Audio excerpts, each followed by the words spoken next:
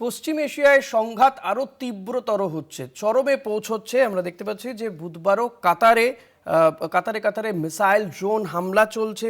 তেহরানে মুহুর্মুহু বিস্ফোরণের ঘটনা ঘটেছে। সব মিলিয়ে যত সময় গড়াচ্ছে এই যুদ্ধ পরিস্থিতি বা এই যে যুদ্ধ, সেটা থামবার তো নামই নেই, উত্তরোত্তর বাড়ছে যত দিন যাচ্ছে। এখনো পর্যন্ত এই যুদ্ধে 787 জনের কমপক্ষে 787 জনের মৃত্যু হয়েছে বলে জানা যাচ্ছে। ঠিক কী পরিস্থিতি, আরও কেন ভয়ঙ্কর রূপ নিচ্ছে এই যুদ্ধ, গোটা বিষয়টি নিয়ে বিস্তারিত জানবো। অঙ্কুর ভট্টাচার্য রয়েছে আমার সঙ্গে নিউজরুম থেকে। অঙ্কুরদা, যত সময় গড়াচ্ছে, যে যুদ্ধ শনিবার থেকে শুরু হয়েছিল আজ সেই যুদ্ধ কিন্তু আরও উত্তরোত্তর বাড়ছে, তার তীব্রতা বাড়ছে। কেন এই যুদ্ধ তীব্রতর হচ্ছে, কেন থামানো যাচ্ছে না, বা থামানোর চেষ্টা আদৌ কি করা হচ্ছে?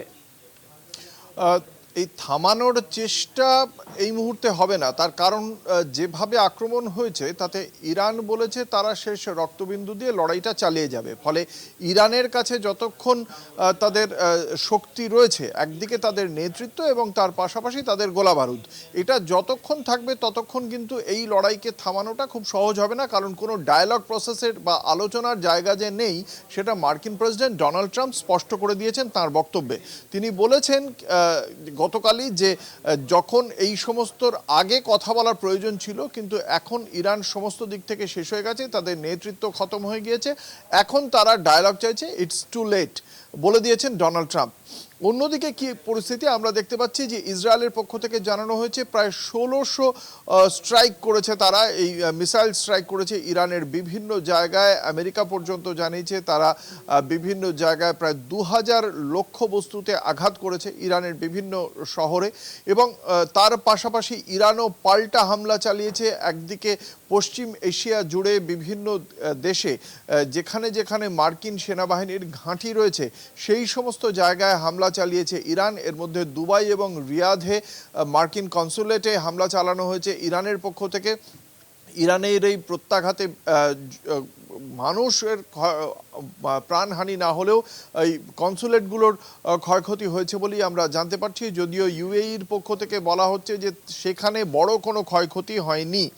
ইরানে যে পূর্ণমাত্রার যে স্থলভাগে যে আক্রমণ, সেই আক্রমণেরও ক্ষেত্রেও কিন্তু ইসরায়েলের পক্ষ থেকে বলা হচ্ছে যে তারা এই আক্রমণ চালিয়ে যাচ্ছে। অন্যদিকে লেবানন, হেজবোল্লাহ যেভাবে পাল্টা আক্রমণ করছিল ইসরায়েলকে, সেখানে হেজবোল্লাহ অর্থাৎ লেবাননের মাটিতেও এবার ইসরায়েল হামলা শুরু করে দিয়েছে।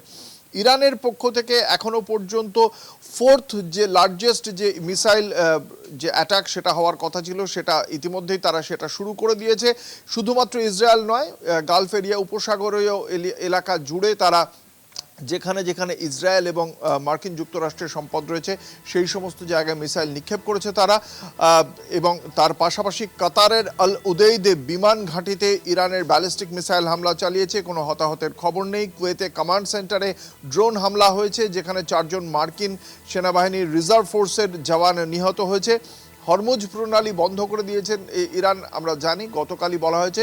কিন্তু এক্ষেত্রে মার্কিন যুক্তরাষ্ট্রের পক্ষ থেকে পাল্টা বলা হয়েছে যে ইরানের পক্ষ থেকে বলা হয়েছিল হরমুজ প্রণালী দিয়ে যদি কোনো তৈলবাহী জাহাজ যায় তাহলে তারা তাতে আগুন লাগিয়ে দেবে, ইরানের ইসলামিক রেভলিউশনারি গার্ড কর্পসের নিশানার বস্তু হবে তাহলে সেই জাহাজ। এবার সেক্ষেত্রে মার্কিন যুক্তরাষ্ট্রের পক্ষ থেকে বলা হয়েছে এই সমস্ত তৈলবাহী জাহাজগুলোকে কনভয় করে নিয়ে আসার জন্য তাদের নৌবাহিনীর প্রস্তুত রয়েছে, তারা এই সমস্ত জাহাজগুলোকে নিয়ে আসবে। কিন্তু এই জাহাজগুলোকে, তৈলবাহী জাহাজগুলোকে বিমার জন্য যে সুরক্ষা, সেই বিমা সুরক্ষা দিতে নারাজ বড় বড় আর্থিক প্রতিষ্ঠানগুলি। সেই কারণে বিমার খরচটাও বাড়বে। সেক্ষেত্রে মার্কিন যুক্তরাষ্ট্রের আশ্বাসের পরেও সেই বিমা দেওয়া হবে কিনা বা কোনো তৈলবাহী জাহাজ সেখানে যেতে চাইবে কিনা তা নিয়ে সংশয় রয়েছে। এই যুদ্ধ যেটা খুব সহজেই ইসরায়েলের প্রধানমন্ত্রী বেঞ্জামিন নেতানিয়াহু বলেছিলেন যে অন্তবিহীন চলার জন্য নয়, কয়েক সপ্তাহের মধ্যেই শেষ হয়ে যাবে।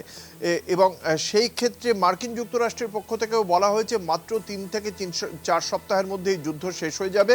কিন্তু ইতিমধ্যেই মার্কিন যুক্তরাষ্ট্রের প্রায় 6900 কোটি টাকা খরচ হয়ে গিয়েছে। এর ফলে মার্কিন যুক্তরাষ্ট্রের যে ভান্ডার রয়েছে সেই অর্থনৈতিক ভান্ডারেও কিন্তু সামান্য হলেও ধাক্কা লেগেছে, কারণ প্রায় 50,000 সৈন্য এবং তার পাশাপাশি বিপুল ফ্লাইট, এই আব্রাহাম লিঙ্কন জাহাজ, এই সমস্তই এই মুহূর্তে পশ্চিম এশিয়ার প্রান্তে। ফলে সেই জায়গা থেকেও এই বিপুল খরচটা বহন করতে হচ্ছে আমেরিকাকে। সেদিক থেকেও একটা যথেষ্ট উদ্বেগের বিষয় রয়েছে। এই হচ্ছে সর্বশেষ যুদ্ধের পরিস্থিতির ঋষিকেশ।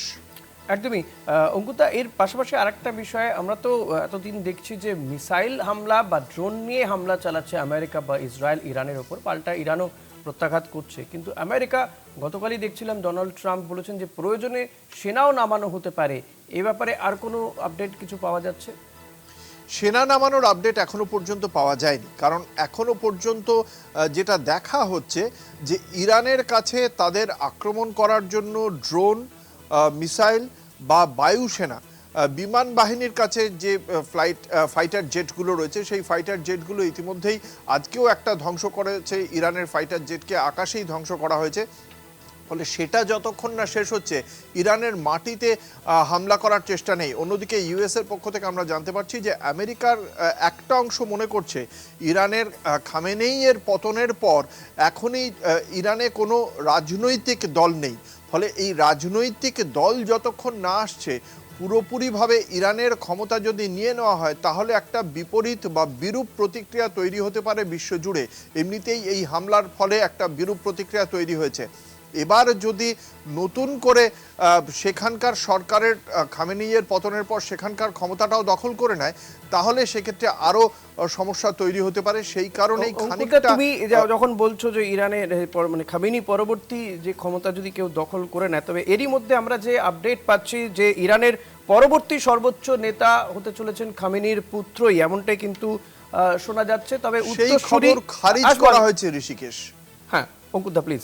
সেই খবরই খারিজ করা হয়েছে ইরানের কনসুলেটের পক্ষ থেকে। যে খবরটা গোটা মিডিয়ায় ছড়িয়ে পড়েছিল যে খামেনেইয়ের পর তার পুত্র মুজতাবা, তাকেই সেই জায়গায় নিয়ে আসা হবে, কিন্তু সেই খবর এই মুহূর্তে খারিজ করা হয়েছে। সর্বশেষ আপডেট এটাই যে ইরানের যে ধর্মীয় নেতা হিসেবে আল খামেনেই ছিলেন, এই আল খামেনেইয়ের পূর্বপুরুষ অত্যন্ত তাৎপর্যপূর্ণভাবে আমাদের দেশের মানুষ, এটা ভারতের সঙ্গে সম্পর্কটা এমনিতে গভীর ছিল না। তো সেই খামেনেইয়ের পুত্র তার হওয়ার কথা ছিল বলেই মনে করা হচ্ছিল, মিডিয়াতে সেই খবর বেরিয়েও গিয়েছিল, কিন্তু এই মুহূর্তে ইরানের পক্ষ থেকে সেই খবর খারিজ করা হলো। ঋষিকেশ, অনেক ধন্যবাদ অঙ্কুরদা। কথা বলছিলাম আমাদের প্রতিনিধি অঙ্কুর ভট্টাচার্যের সঙ্গে, নিউজ রুম থেকে ছিলেন অঙ্কুর ভট্টাচার্য আমাদের সঙ্গে। তবে যে খবর পাওয়া যাচ্ছিল কিছুক্ষণ আগে পর্যন্ত যে ইরানের পরবর্তী সর্বোচ্চ নেতা খামেনির পুত্র তিনি হতে চলেছেন উত্তরসূরি, তবে 56 বছরের মুস্তাবার হাতে এই বাহিনীর দায়িত্ব দেওয়া হচ্ছে না, খবরের সত্যতা স্বীকার করেনি ইরান, এমনটাই কিন্তু জানানো হয়েছে।